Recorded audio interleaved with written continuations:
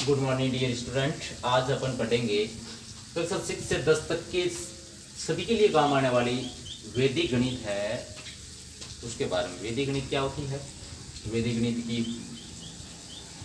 का मेथड अपन सीखेंगे और वैदिक गणित की रचना किसने की, इसके बारे में बेसिक जानकारी और वैदिक गणित में क्या क्या पढ़ते हैं, क्यों पढ़ते हैं, इसके बारे में अपन अध्ययन करेंगे। वैदिक गणित के प्रणेता माने जाने वाले गणितज्ञ शंकराचार्य स्वामी भारती कृष्ण तीर्थ है, जो पुरी के रहने वाले थे। कहाँ के? पुरी के रहने वाले। उन्होंने 8 वर्ष तक, कितने वर्ष? 8 वर्ष कठिन परिश्रम तपस्या करके इस वैदिक गणित की रचना की है।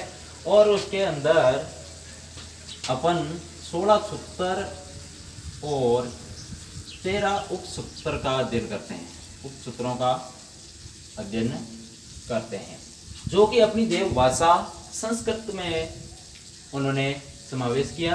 और जो वर्तमान में अर्थवेद जो वेद है उसमें इसका समावेश मिलता है। जो उन्होंने 8 वर्ष तपस्या की थी, उस मठ में की थी, उस मठ का नाम है श्रृंगेरी मठ है। उन्होंने 8 वर्ष तक तपस्या की।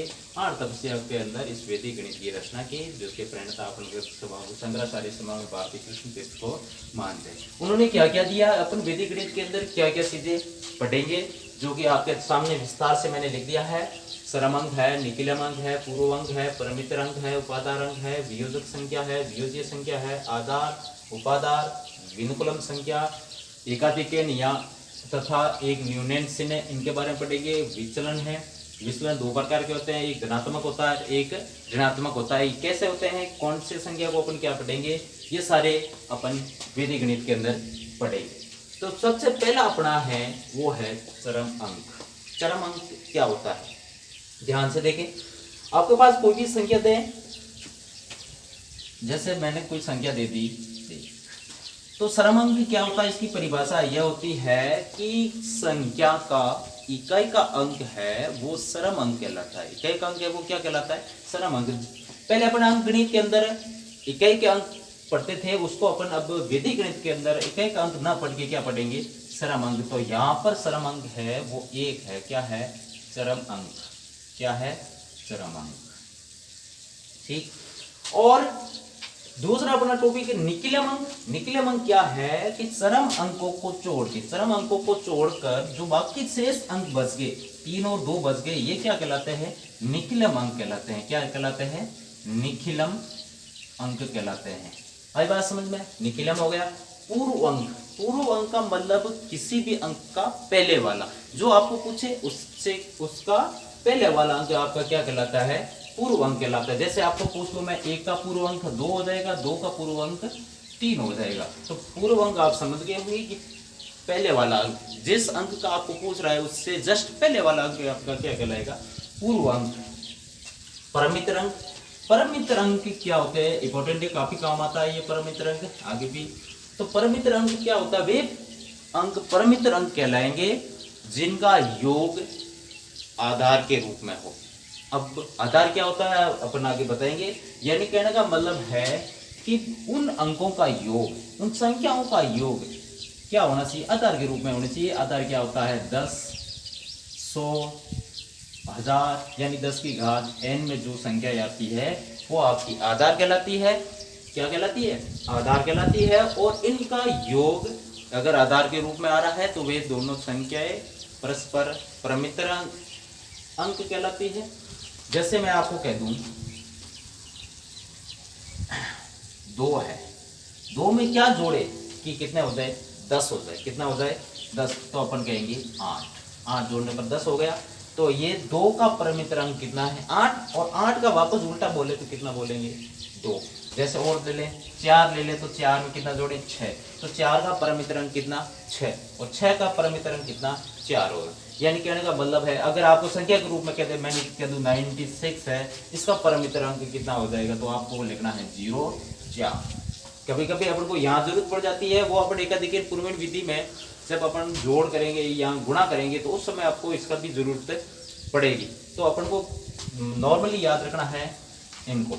जैसे मैं आपको कह दूँ 5, 5 का 5 ही रहेगा, और 7 है, 7 का कितना हो जाएगा 3, और 3 का कितना 7 हो जाएगा। ये आपका क्या होते हैं, परमित्र अंक होते हैं। क्या होते हैं, परमित्र अंक। फिर है उपादार अंक। क्या है, उपादार अंक। उपादार अंक पढ़ने से पहले अपन थोड़ी सी बात करते हैं आधार और उपादार। आधार क्या होता है, मैंने कहा संख्या 10 है, 100 है, 1000 है, 10,000 है, यानी 10 की घात n में जो संख्या है वो क्या कहलाती है, आधार कहलाती है। क्या कहलाती है, आधार। अब आधार हो गई। उपादार, उपादार क्या होता है कि आधार को किसी अंक से गुणा करके, किसी अंक को से गुणा करके दी गई संख्या के निकटतम मान आ जाए, दी गई संख्या के निकटतम मान आ जाए, तो वह संख्या, प्राप्त संख्या है वो आपकी उपादार कहेगी। और जिस अंक से गुणा कर रहे हैं आधार को, वो अंक आपका क्या कहलाएगा, उपादार अंक कहलाएगा। क्या कहलाएगा, उपादार। जैसे मैं आपको उदाहरण दे दूं, कोई अपन गुणा के रूप में ले ले। जैसे मैंने ले लिया 54 गुणा 55, ये मैंने गुणा दे दिया। यहां पर अपन आधार का प्रयोग नहीं करें। आधार कितना है,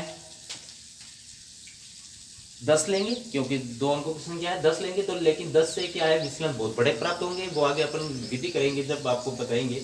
तो अपन यहाँ पर इस संख्या के निकटतम जाने के लिए अपन आधार को किसी अंक से क्या करेंगे, गुणा करेंगे। तो मैं आधार यहाँ 10 लिया, 10 को कितने से गुणा करूँ, 5 या 6 से। 5 या 6 से गुणा करने पर यही क्या है, 54 या 55 के निकटतम चली जाती है। तो यहाँ पर 5 से गुणा करो तो 5 क्या है, उपादार अंक है। क्या है, 5 उपादार अंक है। और 10 से गुणा करने पर कितना आया, 50 आया। तो 50 क्या है, आपका उपादार है। क्या है, 50 उपादार। अगर 6 से गुणा किया तो उपादार अंक कितना, 6 हो गया, और 6 से गुणा किया 60 आ गया। 60 आपका क्या है, उपादार है। क्या है, उपादार। जिस अंक से गुणा करे वो तो उपादार अंक है, और गुणा करने पर जो रिजल्ट प्राप्त होता है वो आपका क्या है, उपादार। और ये आपका क्या है, आधार। ये क्या है, आपका आधार। उपादार हो गया और आधार हो गया। अब आपका रहा वियोजक संख्या। क्या है, वियोजक संख्या क्या है, बेसिक जानकारी अपन ले लेते हैं। वियोजक संख्या क्या होती है, किसी संख्या में से जो संख्या अपन घटाते हैं, जो संख्या घटाते हैं वो आपकी क्या है, वियोजक संख्या। और जिसमें से घटाते हैं वो आपकी क्या है, वियोज्य संख्या। क्या है, वियोज्य संख्या। जैसे मैं आपको दे दूं उदाहरण, ये मैंने एक बाकी दे दी, इसके अंदर जो घट रही है वो आपकी क्या है, वियोजक। क्या है, वियोजक है। क्या है, वियोजक। और जिसमें से घटा रहे हैं, यानी एक जो 24 है वो क्या है, वियोजक संख्या। और ऊपर वाली जो संख्या जिसमें से घटा रहे हैं वो आपकी क्या है, वियोज्य संख्या। क्या है, वियोज्य संख्या। क्या है, वियोज्य। बेसिक पूछ ले, ये हो गया आपकी वियोजक संख्या और वियोज्य। फिर आपका विनुकुलम संख्या। क्या है, विनुकुलम संख्या है। विनुकुलम संख्या क्या होती है कि वैदिक गणित के अंदर अपन ऋणात्मक संख्या को दर्शाते नहीं है। जैसे माइनस के 6 तो इसको नहीं दर्शाएंगे, तो माइनस की संख्या को दर्शाने के लिए अपन क्या लगाते हैं, संख्या के ऊपर एक बार लगाते हैं। और इस बार लगाने से ये जो संख्या होगी वो आपकी क्या रहेगी, विनुकुलम संख्या रहेगी। क्या रहेगी, विनुकुलम संख्या। फिर अगला एकाधिकन चिन्ह। एकाधिकन चिन्ह क्या होता है, एकाधिकन चिन्ह क्या होता है, किसी भी अंक के ऊपर एक छोटी सी बिंदी लगाई हुई होती है। इस बिंदी को ही एकाधिकन क्या कहते हैं, चिन्ह कहते हैं। ये ऊपर लगी है तब तो एकाधिकन चिन्ह, और अगर नीचे लग जाती है, नीचे लगती है एक न्यूनन चिन्ह। इसका अर्थ होता है कि किसी अंक के ऊपर लगी, इसका मतलब होता है एक अधिक। एकाधिकन का मतलब एक अधिक। तो इसका रिजल्ट होता है 6 + 1 बराबर कितना हो जाएगा, 7। तो इसका मान कितना आएगा, 7। एक अधिक करना। और एक न्यूनन का मतलब है, एक न्यूनन चिन्ह लगा हुआ होता है, उसका अर्थ होगा कि एक कम। 6 - 1 बराबर कितना, 5। नीचे लगे बिंदी तो एक न्यूनन, ऊपर लगे तो एक अधिकन, और इसका अर्थ होता है एक अधिक, और इसका अर्थ एक कम। फिर रही विचलन।